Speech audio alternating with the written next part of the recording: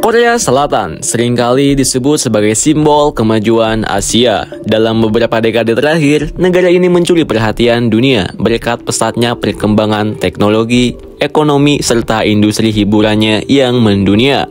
Dari gemerlap distrik Gangnam hingga popularitas K-pop dan K-drama. Namun di balik pencapaian gemilang itu, ada sisi lain dari Korea Selatan yang jarang mendapat sorotan, yaitu fenomena Banjiha. Awalnya Banjiha bukanlah tempat tinggal, melainkan ruang bawah tanah yang dibangun sebagai langkah antisipasi terhadap ancaman Korea Utara.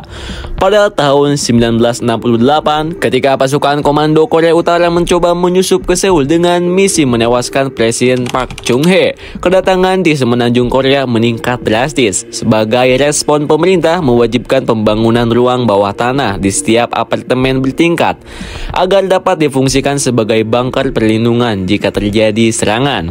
Namun sering meredaknya ancaman perang, ruang-ruang ini mulai dialihfungsikan menjadi tempat tinggal murah, terutama saat krisis perumahan melanda Seoul pada tahun 1980-an. Dengan populasi yang terus bertambah dan harga properti yang melambung tinggi, pemerintah akhirnya melegalkan Banjiha sebagai solusi hunian bagi warga berpenghasilan rendah. Sayangnya, meski awalnya dianggap sebagai solusi sementara, hingga kini Banjiha masih menjadi tempat tinggal bagi ratusan ribu orang di Korea Selatan.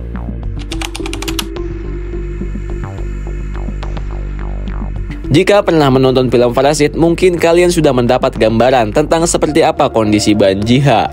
Namun kenyataannya lebih suram dari yang digambarkan di layar lebar. Apartemen semi bawah tanah ini cenderung lebih kecil, lembab, dan minim cahaya.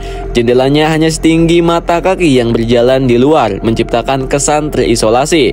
Bahkan saat musim panas, kelembapan meningkat drastis, menyebabkan jamur tumbuh subur di dinding dan langit-langit. Sementara itu, musim hujan menghadirkan tantangan lain. Air sering kali masuk ke dalam ruangan, menyebabkan banjir kecil yang harus dihadapi penghuni dengan segala keterbatasannya. Dengan harga sewa sekitar 540.000 won per bulan atau sekitar 453 dolar Amerika Serikat, Banjiha memang menjadi pilihan bagi mereka yang memiliki penghasilan terbatas. Namun kompromi yang harus diterima penghuni sangatlah besar. Lingkungan yang tidak sehat, ventilasi buruk, serta kondisi hidup yang jauh dari kata layak. Di Korea Selatan, tempat tinggal bukan hanya soal kenyamanan, tetapi juga status sosial. Rumah seringkali dianggap sebagai simbol kesuksesan, dan tinggal di Banjiha membawa stigma mendalam. Dalam masyarakat yang sangat kompetitif, di mana keberhasilan diukur dari pekerjaan, pendidikan, dan aset material, tinggal di Banjiha seringkali dipandang sebagai tanda kegagalan. Bahkan sebelum Parasit membuka mata dunia terhadap realitas ini, media dan budaya populer sudah lebih dulu memperkuat stigma tersebut. Dalam banyak drama Korea, Banjiha sering digambarkan sebagai tempat tinggal karakter miskin atau tertindas, semakin menegaskan kesan bahwa penghuni Banjiha adalah bagian dari lapisan masyarakat yang tertinggal.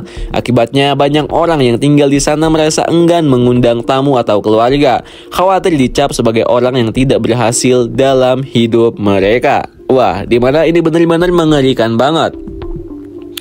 Untuk mengatasi krisis ini, pemerintahan Korea Selatan telah meluncurkan berbagai kebijakan seperti program New Stay yang menawarkan hunian sewa dengan jangka panjang yang harga stabil, serta subsidi bagi pasangan muda dan keluarga berpenghasilan rendah. Namun efektivitas kebijakan ini masih dipertanyakan karena hanya segelintir orang yang memenuhi syarat untuk mendapatkan bantuan. Pada tahun 2022, pemerintah Korea Selatan mengumumkan rencana untuk menghapuskan Banjiha secara bertahap dan menggantinya dengan perumahan bersubsidi yang lebih layak. Meski demikian, tantangan besar tetap ada, dari keterbatasan lahan hingga biaya besar yang diperlukan untuk membangun alternatif hunian bagi mereka yang masih tinggal di Banjiha. Di satu sisi, Korea Selatan adalah negara maju dengan industri teknologi yang mendominasi dunia. Tetapi di sisi lain, masih ada ratusan ribu orang yang berjuang untuk sekedar memiliki tempat tinggal yang layak. Banjiha menjadi simbol ketimpangan sosial yang semakin melebar di era modern.